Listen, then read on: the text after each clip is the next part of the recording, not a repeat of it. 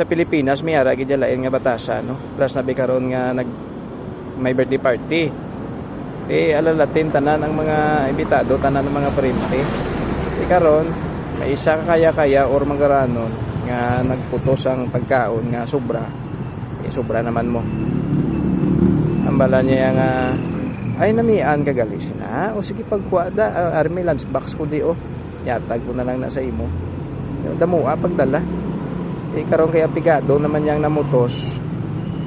Biglain ang tulok ya. Ang bala niya lang dayon niya nga. O kita ko lang tawa balaw na mutos naman siya. O do atong wala katilaw sa pagkaon nga mo. Do dalok-dalok.